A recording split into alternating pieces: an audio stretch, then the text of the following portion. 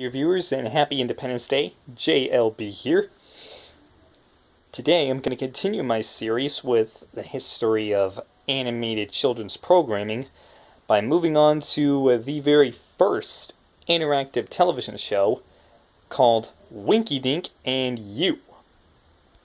Now this show was created by Harry Prichett Sr. and Ed Wyckoff. And it was hosted by a man by the name of Jack Barry, and it featured the exploits of a male cartoon character who the show was named after. So I'll let you guess the name based on the name of the show and this video. But it also featured his dog Woofer, as well as his sidekick Barry, and the incompetent Mr. Bungle, played by veterans children's voice actor Dayton Allen. No, wait, not Albert, Dayton Allen, sorry.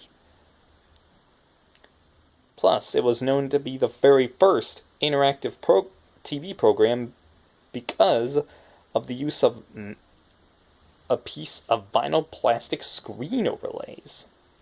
Now, Bill Gates, the Microsoft mogul himself, went on record saying that it was the first interactive TV show, and because of the magic drawing screen, which you could actually purchase in a kit containing the screen and various crayons you could use to draw on the vinyl plastic with, which cost about 50 cents back in the day.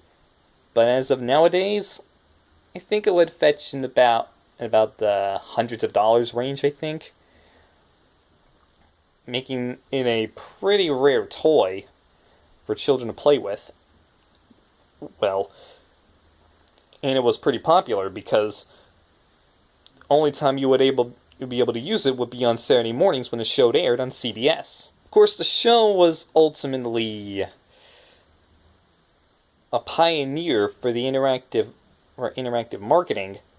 However, aside from the fact that it became one of television's most popular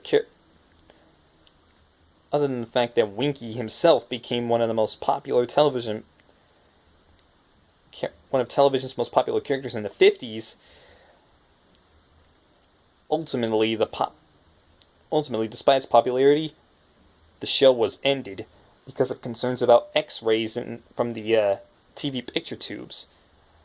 But basically, here's how Winky Dink would work. So basically, imagine that my TV here was about an old 1950s RCA TV.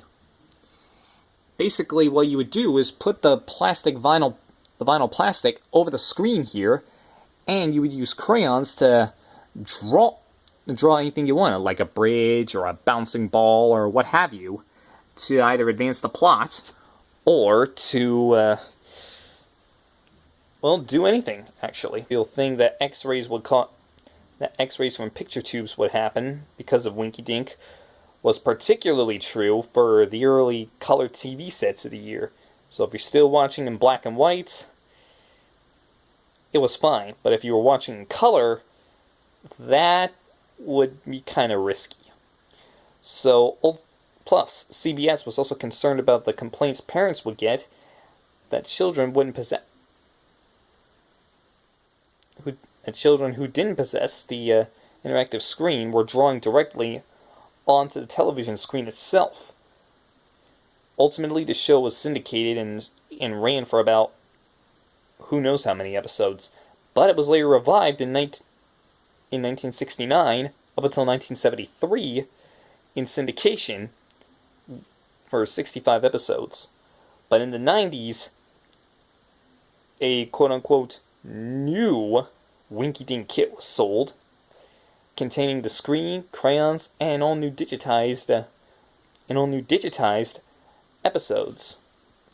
Of course, unfortunately, I don't think any of those episodes are known to exist. Correct me if I'm wrong. But anyway, would Winky Dink be worth actually watching these days? Well, not really. Not without the kit and such. Because without what made the show interactive, I don't really think that it would be worth it to watch the show these days. So I think it would be best to just leave Winky and his pals out in Wasteland. Thanks again for watching, and I hope you all have a very happy Independence Day. But as always, this show was unofficially brought to you by Spirit Halloween, your one-stop shop for all your Halloween needs. And it's also unofficially brought to you by Phantom Fireworks, the place to be for fireworks. So long, everybody, and happy 4th of July.